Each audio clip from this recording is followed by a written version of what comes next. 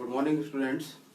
So yesterday we were discussing chemical reactions and equations.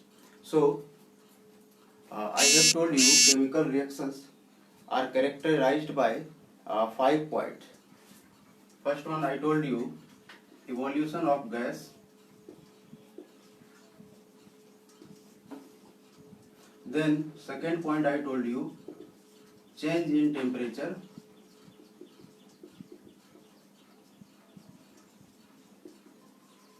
Third point change in color. Fourth point formation of precipitate. In short we write in PPT. And last one change in physical state. And yesterday I told you chemical reactions are characterized by these 5 characteristics, these 5 properties. Okay, and out of these 5 we have discussed evolution of gas, and we were discussing change in temperature. So we will be continuing change in temperature.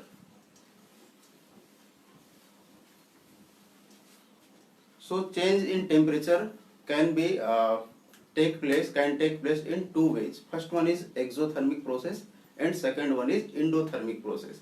As I told you, if a chemical reaction requires heat energy to proceed, it is called as endothermic reaction. And if heat energy is released during the chemical reaction, then it is known as exothermic process. Okay, and I told you if we are discussing exothermic reaction,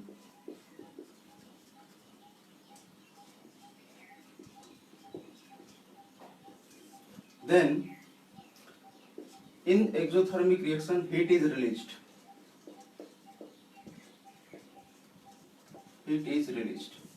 And all the combustion reactions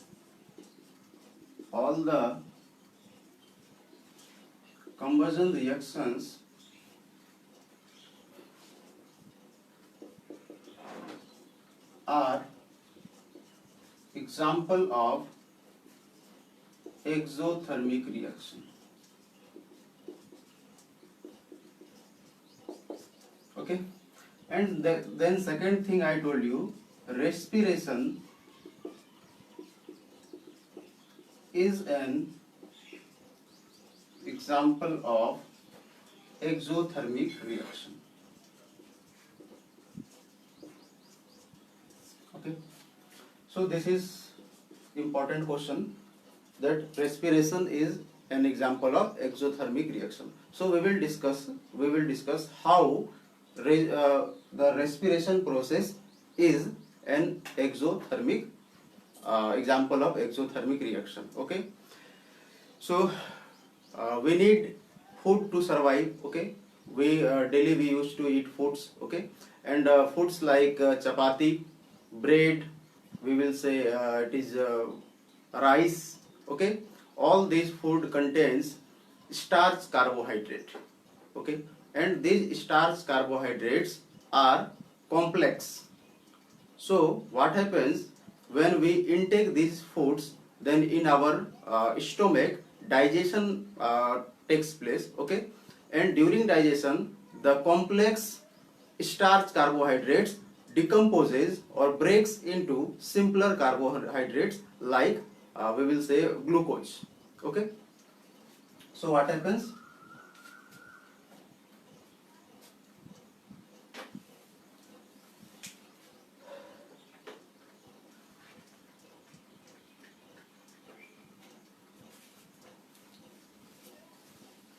During digestion,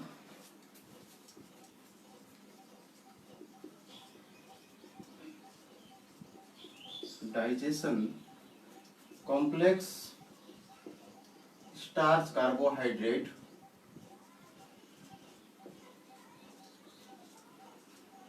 molecules gets break into simpler substance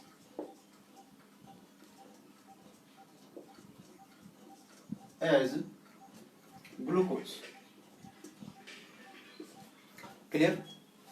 So starch carbohydrate gets broken into simpler substance in simpler carbohydrates as glucose.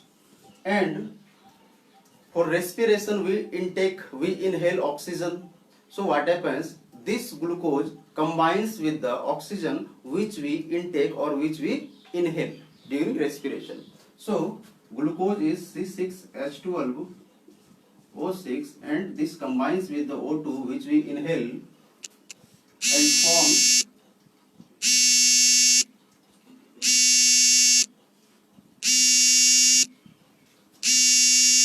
CO2 plus H2O and heat energy releases in this process. So clearly we can see, just a minute.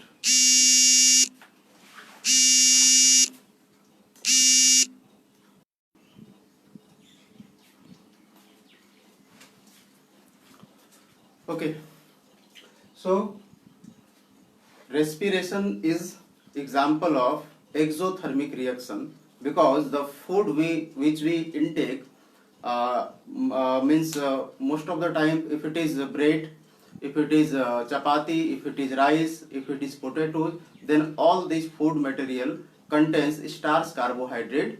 And what happens when we intake this?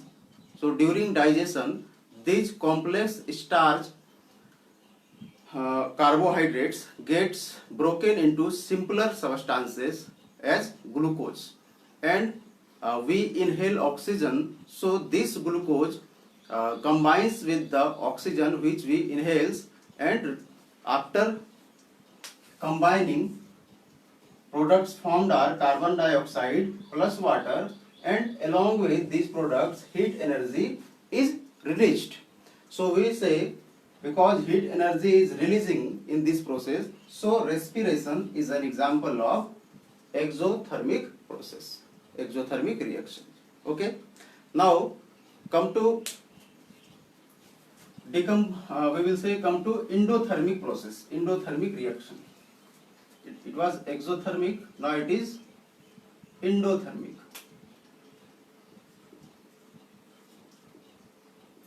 So what is endothermic reaction? In endothermic reaction, heat is required.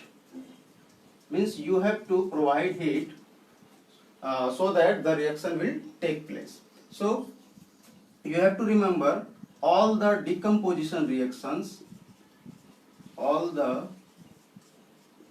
decomposition reactions are example of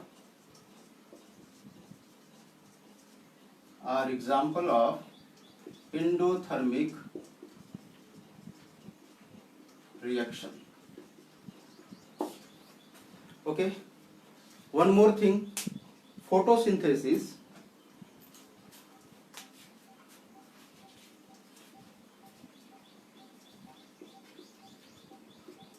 Photosynthesis is an example of endothermic reaction.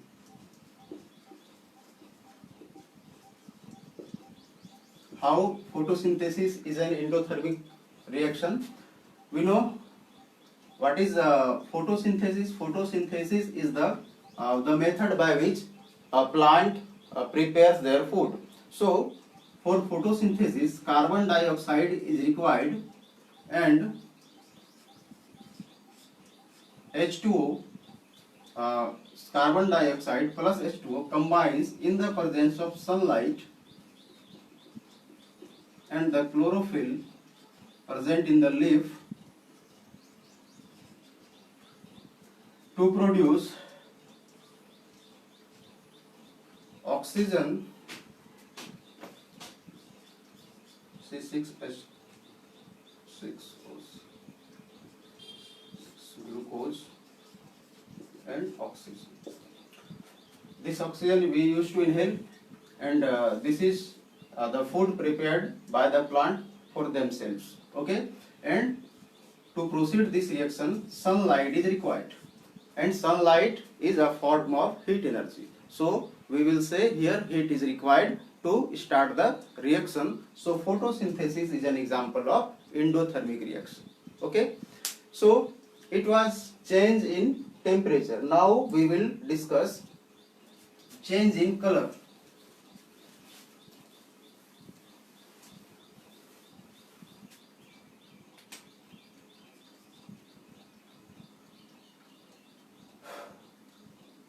Change in color. So a chemical reaction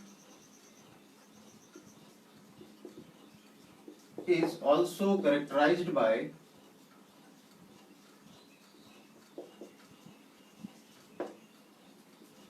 change in color. A chemical reaction is also characterized by change in color. We will take some example. Suppose citric acid C6H8O7, when citric acid reacts with potassium permanganate KMnO4, it is potassium permanganate and it is purple in color. Then the product formed is HMnO4 plus C6H6K3O7. Okay, this is citric acid.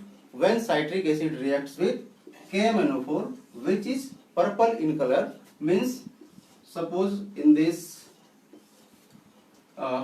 we will say if it is a let it be any container, okay, and in this container we are mixing citric acid C6H8O7 with KMnO4. So initially this KMnO4 is purple in color, but as the reaction takes place and the product formed, this purple color fades and becomes colorless. Getting? Initially KMnO4 is purple in color, but as the reaction took place, as the product formed, then we come to see this solution becomes colorless. So we will say change of color is taking place from purple to colorless. So this is example of change in color. Okay. Next example we will discuss.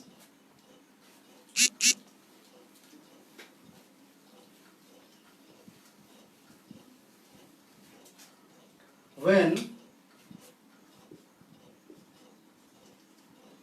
sulfur dioxide gas is passed through acidified potassium dichromate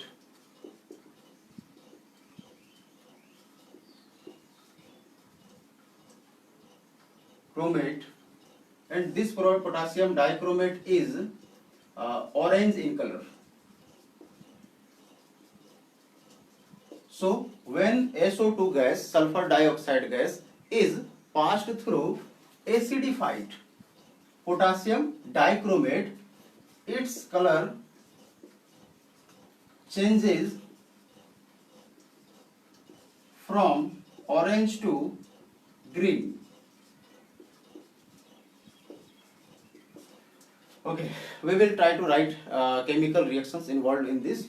So SO2 gas, we will write SO2 plus a special term is used here, that is acidified. What does this mean? Acidified means some traces of amount has been mixed with this potassium dichromate.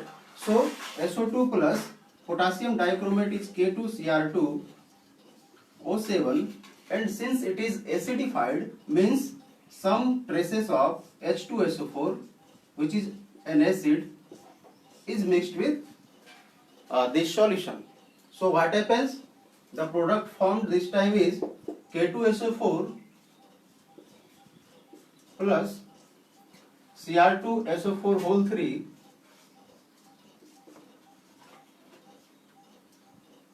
potassium sulfate, this is chromium sulfate, Cr2SO4 whole 3 plus H2. Means initially initially there is a solution of K2Cr2O7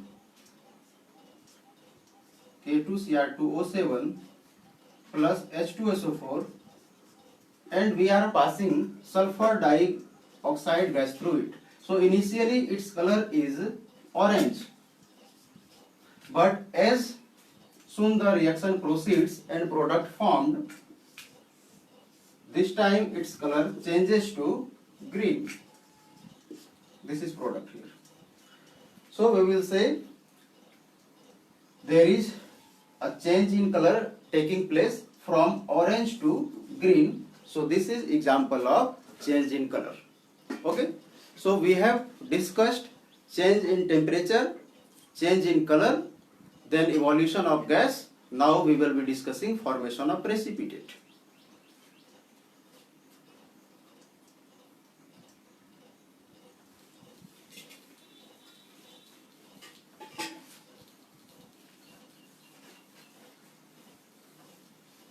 So next point is formation of precipitate.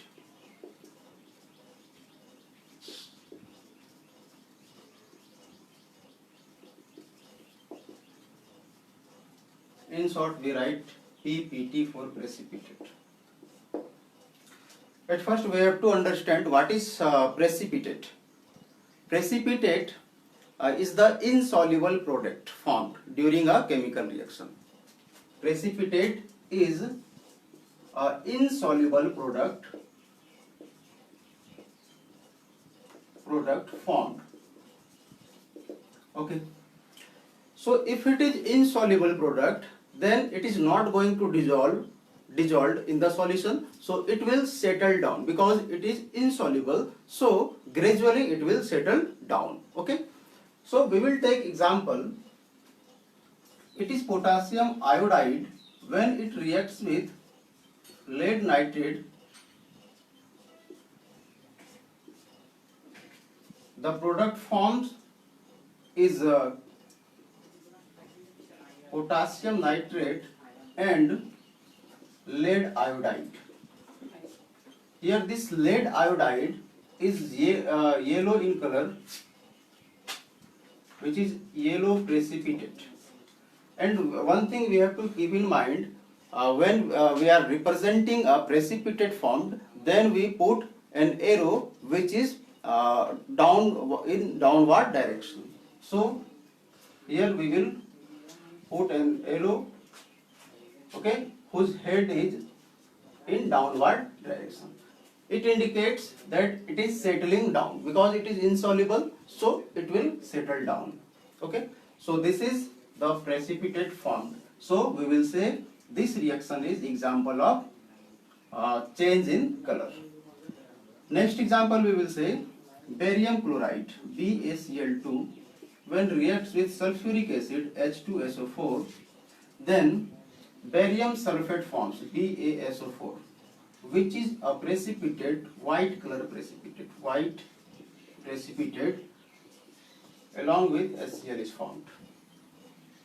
Okay, so these two reactions are the example of formation of precipitate. It means if in any reaction formation of precipitate, you will come to see formation of precipitate, then you will say chemical reaction is taking place. Okay, and finally one more thing is change in physical state.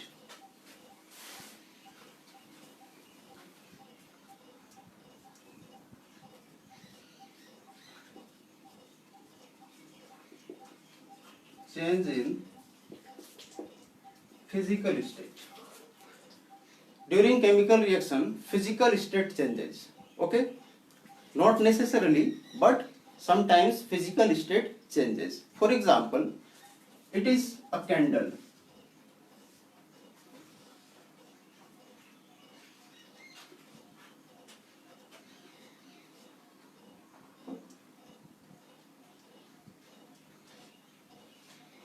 Okay, it is a candle, and when we light up the candle, then the wax present in the wax present in the candle will start melting. Okay, and during melting the candle which is in solid form melts, and this portion you will come to say this is liquid, and this flame has carbon dioxide gas. So we can clearly see candle is solid. When it starts melting, it changes into liquid, means from solid to liquid, and then we will see it is converting into a gas. So we will say physical state is changing during this reaction. Okay, so change in physical state is also a characteristics property of a chemical reaction. Okay, one more example, very common. H2 is a gas, O2 is a gas, and the product formed is H2O, which is a liquid. So from gases it is converting into liquid. So again this time change of physical state is taking place. Okay, so we have discussed 5 characteristics properties of a chemical reaction. Okay, and sometimes what happens during a chemical reactions, possibly there may be 2 or more than 2 characteristic, we will see 2 or more than characteristics properties, okay, during a chemical reactions. For example,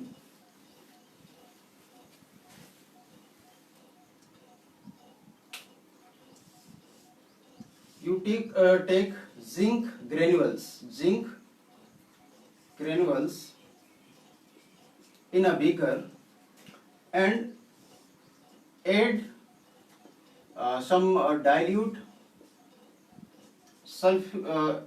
hydrochloric acid to it. Okay, put zinc in a beaker and add some dilute HCl into it. Okay, so what will happen? The reaction will be Zn plus HCl,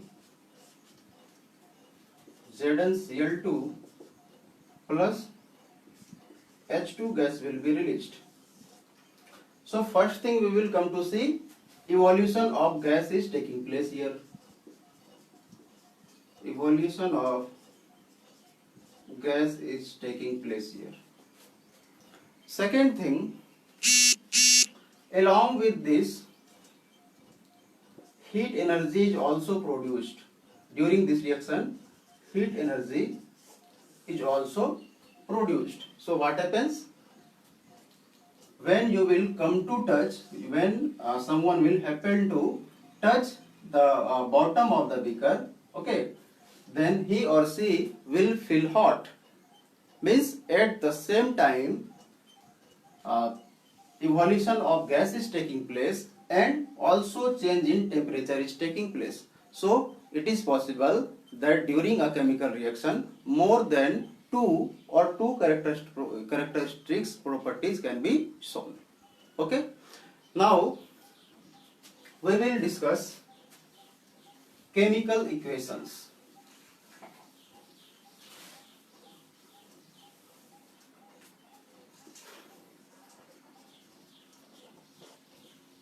Chemical equations.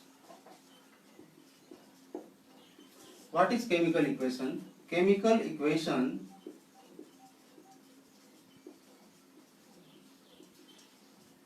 is the method of representing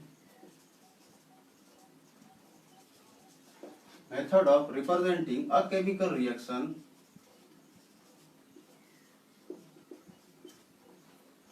using appropriate symbol and chemical formula involved during the reaction.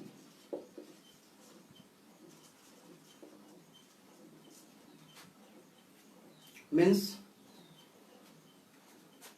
it is hydrogen gas, it react with oxygen gas to produce H2. I told you what is chemical equation. Chemical equation is the method of representing a chemical reaction. When we have to when we have to represent a chemical reaction, we use chemical equation for this. Okay, how? So using appropriate symbol. Appropriate symbol means hydrogen reacts with oxygen. So symbol for hydrogen is H2.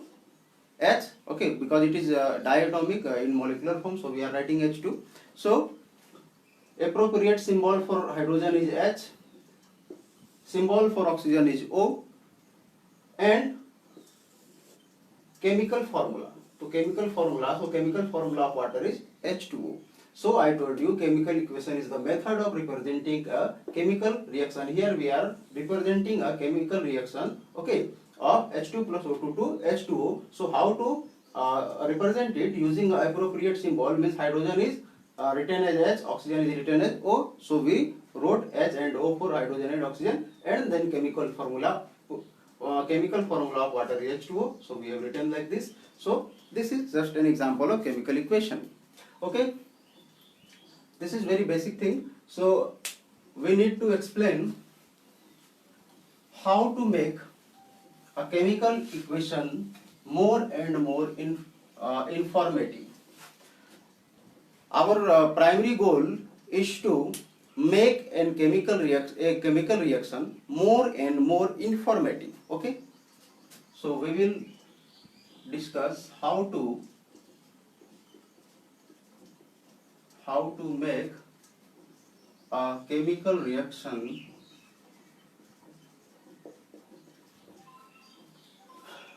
chemical equation more and more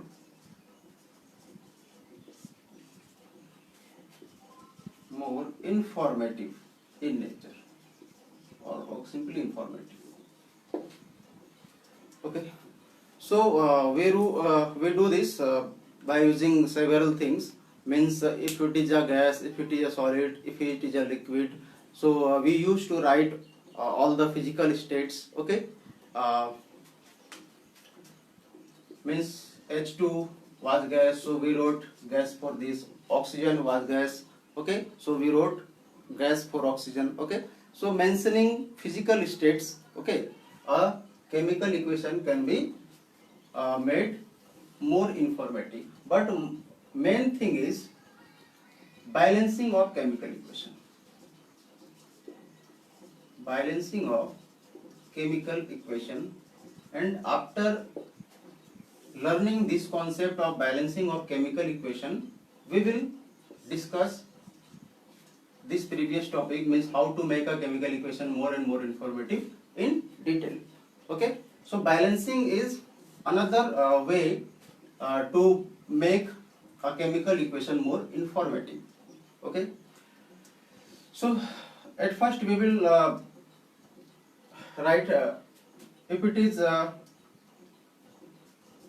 H2, leave it. If it is CuO plus N2 NH3, it will form Cu plus N2 plus H2O. Okay. Okay. One simple example we will take to understand this concept. H2 plus O2 to H2O. Okay. We are trying to discuss why balancing of a chemical reaction is necessary, is needed. Okay. So we will learn it using a simple equation, that is H2 plus O2 to H2O. So if we will calculate mass of the reactant, this side is reactant and this one is product.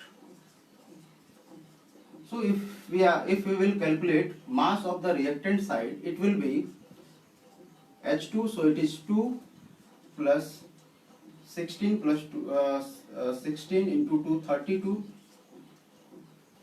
and this time here it will be 2 plus 16 means 18. Okay, 2 plus, for one oxygen 16, for 2 it will be 32. Okay, so this side it will be equal to 34 unit, and this side it will be equal to 18 unit. And we can clearly see principle of conservation of mass is not obeying during this reaction.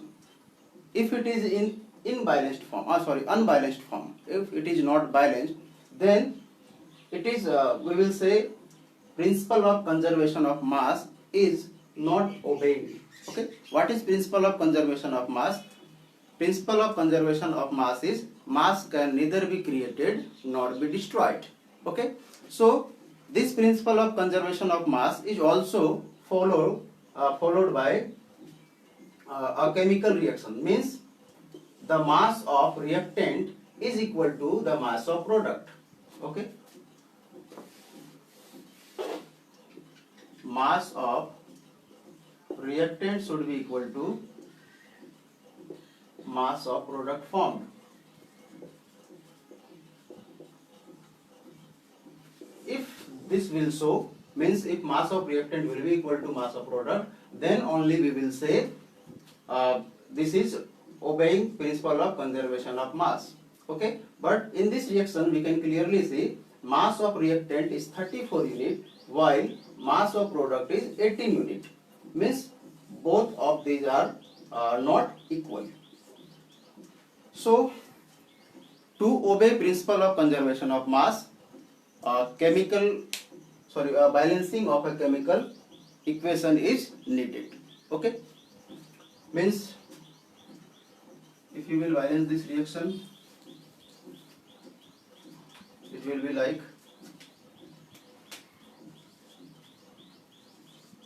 2H2 plus O2 to 2H2O. Okay, hydrogen 4, 2 oxygen, 2 oxygen. Okay, now calculate mass. Mass will be 2 into 2 plus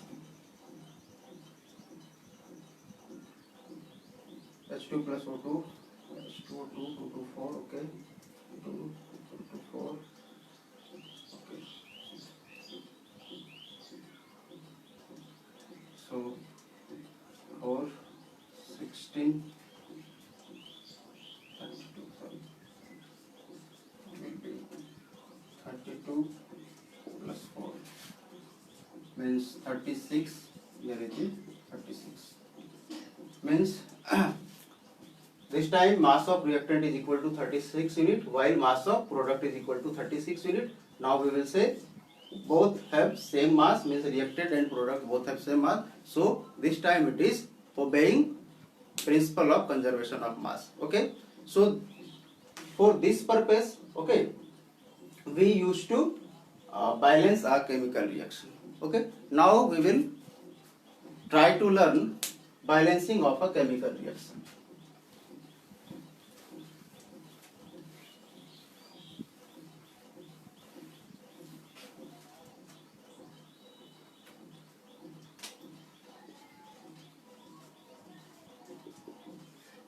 Balancing of a chemical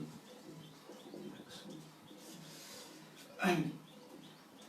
You have to remember one thing. Okay, at first you have to balance a metal. Okay, at first you have to balance a metal, then you have to balance the non-metal, then you have to balance oxygen present, and finally you have to balance hydrogen present. Okay, you have to remember this. Okay, first of all you have to balance the metal present in the reaction. Okay, after finishing, means after balancing the metal present, you have to move on non-metals present. Okay, and once you balanced non-metal, then you have to go back and check whether the metal is balanced or not, because it is possible when you will balance the non-metal, then the metal will get unbalanced. Okay, so you have to go step by step. First step is to balance the metal present. Once you have balanced the metal, you have to move towards the non-metal. Then start balancing the non-metal. Okay, and once the non-metal is balanced, then you have to go back and check whether the metal is yet balanced or not. Okay, and when you will get assured that metal and non-metal both are balanced, then you have to move towards oxygen. Then you will be doubting that, sir, oxygen is also a non-metal. Okay, but it is a rule. Okay, you have to exclude oxygen and hydrogen here from non-metal. Except means except from hydrogen and oxygen. If any non-metal will be there, you will consider them as non-metal. Okay, and you have to balance them. But oxygen you have to balance after balancing non-metal. So in first step you have to balance metal, then you have to balance non-metal, then you have to check back, okay, and then you have to move towards oxygen. After balancing oxygen, again you have to move back whether non-metal is balanced, whether metal is balanced or not. And if all of these three will be balanced, then you have to move towards hydrogen. And finally, when you will balance hydrogen, then you will come to see your equation is now balanced. I am giving you one example. It is CuO plus NS3, and it will give you Cu plus N2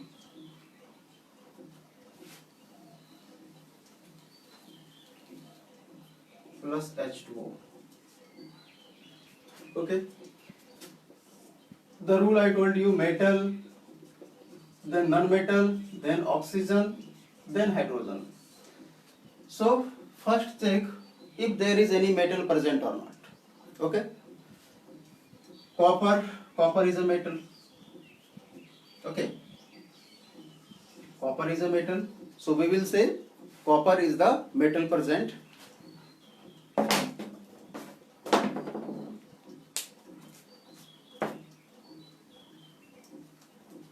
Okay. Okay.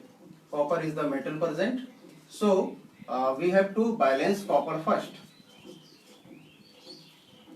So this is reactant side, this is product side, and how to balance? The number of atom in reactant side should be equal to the number of atom in product side. Okay, if number of atom will be same, okay, means in left hand side or LHS side, okay, and RHS side, means the number of atom of reactant will be equal to number of atom of product, then we will say it is in balanced state. So first thing we will check for metal, and we know copper is a metal. So copper here is 1 and here copper is 1. So copper is balanced. Both side copper is 1. Okay, so copper is balanced. Okay, okay. We will now move towards a non-metal. So nitrogen here is non-metal.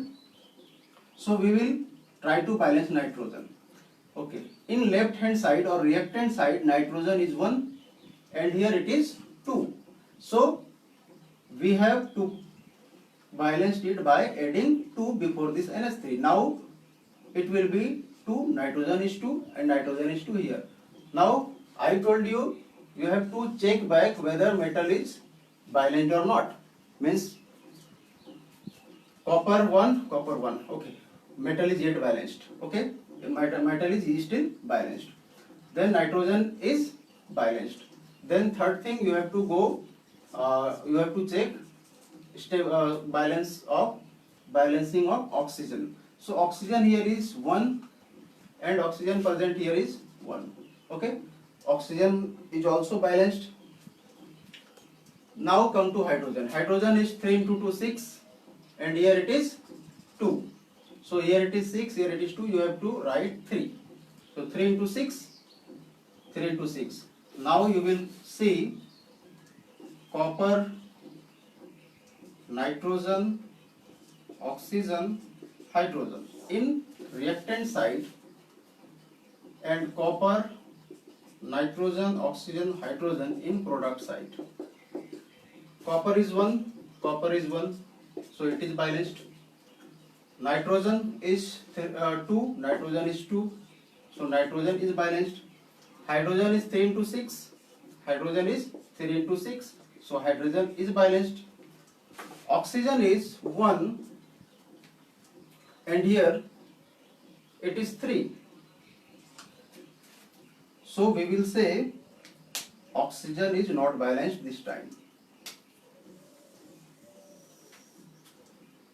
So we will try to balance oxygen both sides. Here it is 3, so we will write here 3.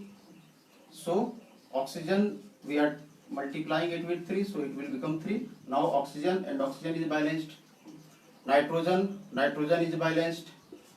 Hydrogen is balanced. But copper is 3 this side and copper is 1 this side. So you have to multiply it by 3. Now you will see all the atoms present in reactant side is equal to the atoms present in product side. Okay? Means you have to follow this basic rule. At first of all, you have to balance a metal. Then after balancing the metal, you have to move towards a non-metal. Then after balancing non-metal, you have to go back and check whether the metal is still balanced or not after balancing the non-metal. If you will be assured, if you will get assured that both are balanced, then you have to move towards oxygen, and after balancing oxygen, you will again go back and check whether non-metal and metal both are balanced or not. And after balancing these 3, you have to balance hydrogen. In this way, you will balance all the chemical reactions which you will encounter. Okay, so few more examples we will be discussing in next class. Okay, okay, thank you.